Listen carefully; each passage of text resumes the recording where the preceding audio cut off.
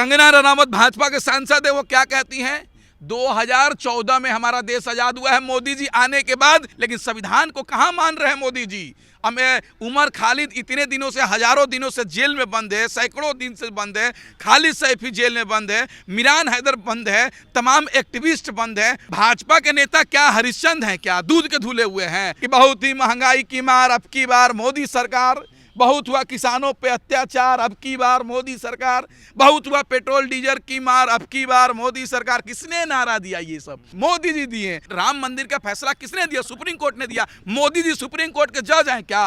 क्या अमित शाह जज हैं? बताइए, मोहन भागवत जी जज हैं क्या सुप्रीम कोर्ट का?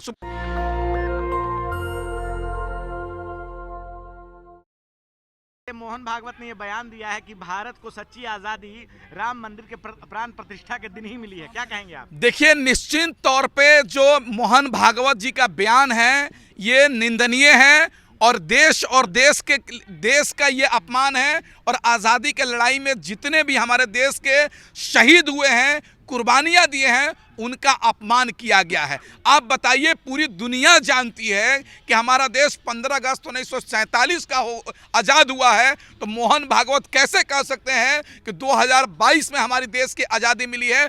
कहीं ना कहीं हमारा देश का अपमान है और जो आज़ादी की लड़ाई में शहीद हुए हैं, कुर्बानियां दिए हैं, उनका भी अपमान है। आप बताइए, जब हमारा देश गुलाम था तो उस समय भगत सिंह ने फांसी पर चढ़ने का काम किया, अशफाकुल्लाह खान ने फांसी पर चढ़ने का काम किया, तमाम उलेमाओं, तमाम देशभक्त लोगों ने कुर्बानियां दी और आज़ादी के लड़ाई में शामिल हुए थे। अब मोहन भागवत कह रहे हैं कि 22 में आज़ादी मिली है, राम मंदिर के प्राण प्रतिष्ठा के बाद बनी है।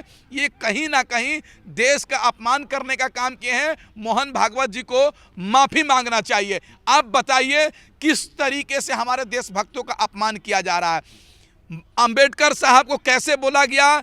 देश के अमित शाह गृह मंत्री हैं, संसद में खड़े होकर कैसे बाबा साहब के बारे में अपमान करने का काम करते हैं। और जब देश की जनता उनसे माफ़ी मंगवाती है तो अहंकार में चूर माफ़ी भी मांगने का काम नहीं करते हैं। तो देश की जनता अब इनको भगाने का काम करेगी। ये आरएसएस वाले हम लोग को देशभक्ति सिखाएंगे, वो बताएंगे देश कब आज़ाद हुआ।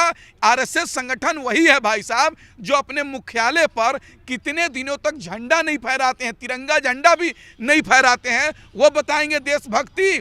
देश की जनता समझ चुकी है, ये देश की जनता को सिर्फ गुमराह करने का काम कर रहे हैं। दिल्ली में चुनाव चल रहा है, दिल्ली में चुनाव होने वाले हैं और ये आरएसएस के लोग और भाजपा के लोग दिल्ली की जनता को और देश की जनता को गुमराह करने का काम कर रहे हैं। लेकिन जनता गुमराह नहीं होने वाली है, इनको करारा जवाब देने का काम करेगी।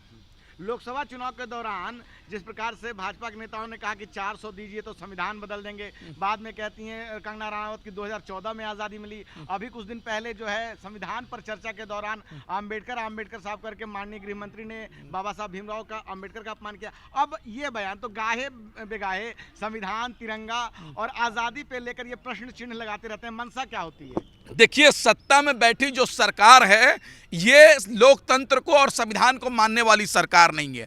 लोकतंत्र और संविधान को ताके पर रखकर काम कर रही है। आप बताइए, अगर एक विपक्ष का नेता या कोई विपक्ष का नेता जब सवाल करता है तो उसके ऊपर एफआईआर दर्ज हो जाती है, उसको गिरफ्तार कर लिया जाता है, उस पर कानूनी कार्रवाई होने लगती है। लेकिन भाजपा के लोग कुछ भी बोलते हैं तो उन पर कार्रवाई नहीं होती है। कंगना रनावत भाजपा के सांसद है, वो क्या कहती हैं?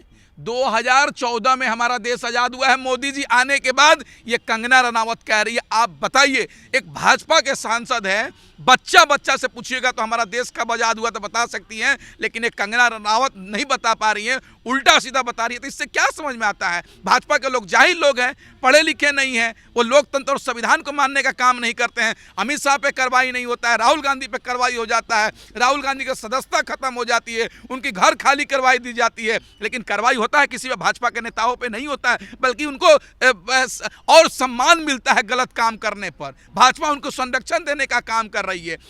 मोहन भागवत जी को माफी मांगना चाहिए, नहीं तो उन पर कानूनी कार्रवाई सरकार को और सुप्रीम कोर्ट को करना चाहिए। प्रधानमंत्री मोदी संसद में मत्था टेककर अंदर जाते हैं, हाँ। संविधान को माथे से लगाते हैं। आप कहते हैं कि संविधान को नहीं मानते हैं? नहीं, अगर प्रधानमंत्री मोदी जी संविधान को मानते, बाबा साहब को मानते, तो अमित शाह पे कार्रवाई करते, वो अपने मंत्रालय से अमित शाह को निकाल देते, तब न जानते कि संविधान को और बाबा साहब को मानने का काम करते हैं मोदी जी। वो तो एक दांत दिखाने के होते हैं, एक दांत खाने के लिए होते हैं। अब बताइए, प्रधानमंत्री जाते हैं तो लोकसभा में संसद को, संविधान को चूमते हैं, लेकिन संविधान को कहाँ मान रहे हैं मोदी जी। हमें उमर खालिद इतने दिनों से, हजारों दिनों से जेल में बंद है, सैकड़ों दिन से बंद है, खालिद सैफी जेल में बंद है, मिरान हैदर बंद है, तमाम एक्टिविस्ट बंद है, उन पे न्याय कहाँ मिल रहा है। गरीब लोग जेल में जा रहे हैं, नेता लोग मलाई खाने का काम कर रहे हैं, कहाँ संविधान को मान रहे हैं। देश के अधिकारों को हनन किया जा रहा है, कहाँ संविधान को मान रहे हैं। 150 सांसदों को निलंबित कर दे रहे हैं, कहाँ संविधान को मान रहे हैं मोदी जी। तो अगर कोई गलत करेगा तो जेल में नहीं जाएगा नहीं, क्या? केवल विपक्ष के लोग ही गलत करते हैं, केवल राहुल गांधी ही गलत करते हैं, केवल लालू प्रसाद यादव जी ही गलत करते हैं। क्या भाजपा के नेता गलती नहीं करते हैं? कितने भाजपा के नेता सांसद निलंबित किए गए हैं, कितने भाजपा के नेता जेल गए हैं, कितने भाजपा के नेताओं पर कार्रवाई की गई है, बताइए। घोटाला में अंदर गए नहीं, भाजपा के नेता क्या हरिश्चंद्र हैं, क्या दूध के धुले हुए हैं? वो खुद घोटाले, सरकार, भाजपा सरकार उतरेगी तो पता चलेगा कितने करोड़ों का घोटाला किया गया है। अभी सत्ता में बैठी सरकार है, कुछ पता नहीं चल रहा है।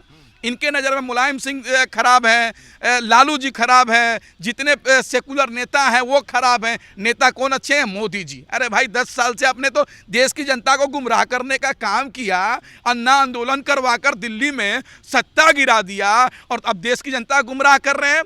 यही हल्ला करते थे भाजपा वाले कि बहुत ही महंगाई की मार, अब की बार मोदी सरकार, बहुत हुआ किसानों पे अत्याचार, अब की बार मोदी सरकार, बहुत हुआ पेट्रोल डीजल की मार, अब की बार मोदी सरकार। किसने नारा दिया? ये सब मोदी दीजिए, मोदी जी दिए। सत्ता में तो आ गए, लेकिन इनका निदान नहीं किए। अभी भी किसान आंदोलन कर रहे हैं एमएसपी के लिए। भाई साहब, नहीं, मोहन भागवत जी ने जो बयान दिया है सरासर गलत है, उनको माफी मांगना चाहिए। हमारा देश 15 अगस्त 1947 को आजाद हुआ। मोबाइल दीजिए, हम बताते हैं। गूगल से पूछिएगा हमारा देश कब आजाद हुआ है। यही है कि फैक्ट पे ना जाएं। राम मंदिर जो भारत की संस्कृति है, वो बोलते हैं कि राम कनकने में बसे हैं, तो राम मंदिर जो प्राण प्रतिष्ठा हुई है, ये आजादी है, न कि वो आजादी है जो अंग्रेजों से मिली थी। देखिए, वो भाजपा के नेता हैं, उल्टा सीधा आपको समझाने का काम करेंगे। पूरे दुनिया, जब हमारे देश के न्यायपालिका सुप्रीम कोर्ट ने फैसला दिया, तो इस देश के अंदर हर समुदाय के लोगों ने उस फैसले को मानने का काम किया। ये भाजपा नहीं बनवाई है कोई चीज़ भी, ये सुप्रीम कोर्ट बनाया है। और हर चीज़ का एक संस्था चलाती है, कोई सरकार हर चीज़ नहीं चलाती है। कोई भी धार्मिक चीज़ है वो भाजपा नहीं अपने घर से बनवा रही है, उस समुदाय के लोग, उस देश के लोग बनवाने का काम करते हैं। बस भाजपा क्या है, अपने आप को क्रेडिट लूटने का काम करती है। राम मंदिर का फैसला किसने दिया? सुप्रीम कोर्ट ने दिया। मोदी जी सुप्रीम कोर्ट के जज हैं क्या? क्या अमित शाह जज हैं?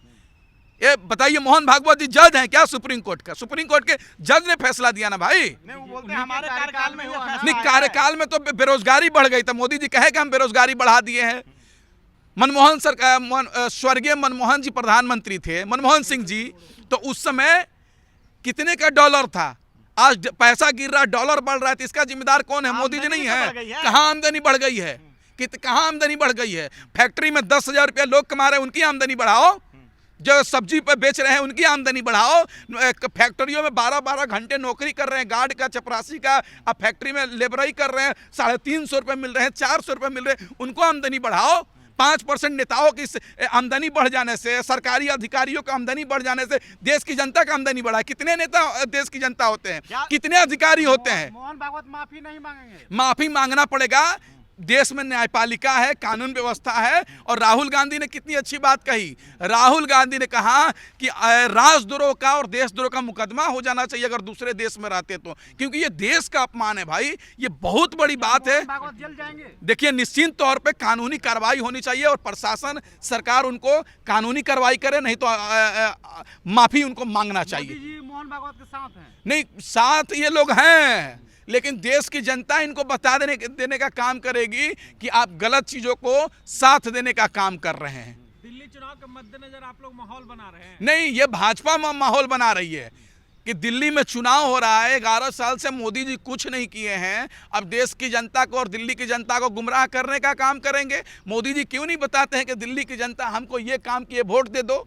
अब आखिर ऐसे बयान के कारण क्या है? बयान का कारण यह है कि देश की जनता को भारतीय जनता पार्टी, सत्ता में बैठी सरकार देश की जनता को गुमराह करना चाहती है, उनको इन मुद्दों पर फंसाना चाहती है, मंदिर मस्जिद के नाम पर तो कभी ये नाम पर तमाम चीज़ों में फंसाना चाहती है ताकि देश की जनता उनसे मुद्दे की बात ना करे। अपने बयान पे अभी तक वो वह बिल्कुल खेद प्रकट नहीं किया है। तमाम राजनीतिक पार्टियां उनसे माफी मांगने को कह रही हैं, लेकिन कोई भी उन्होंने अभी तक बयान में फेरबदल नहीं किया है। राहुल गांधी ने कहा है ना, राहुल गांधी को बयान को सुन लीजिए। राहुल गांधी ने कहा है कि उन पे राजद्रोह का मुकदमा दर्ज हो जाता दूसरे देश में अगर इस तरह का भाषा का प्रयोग करते। तो आप समझ जाइए कि ये सोचने का विषय देश के प्रधानमंत्री को हो, कानून व्यवस्था को हो कि एक कोई इंसान, कोई संगठन का राष्ट्रीय प्रमुख हो और देश के शहीदों का अपमान करता हो, देश का अपमान करता हो, उस पर कार्रवाई होनी चाहिए, ये ना होनी चाहिए। ये देश का सवाल प्रधानमंत्री पर सवाल है कि प्रधानमंत्री जी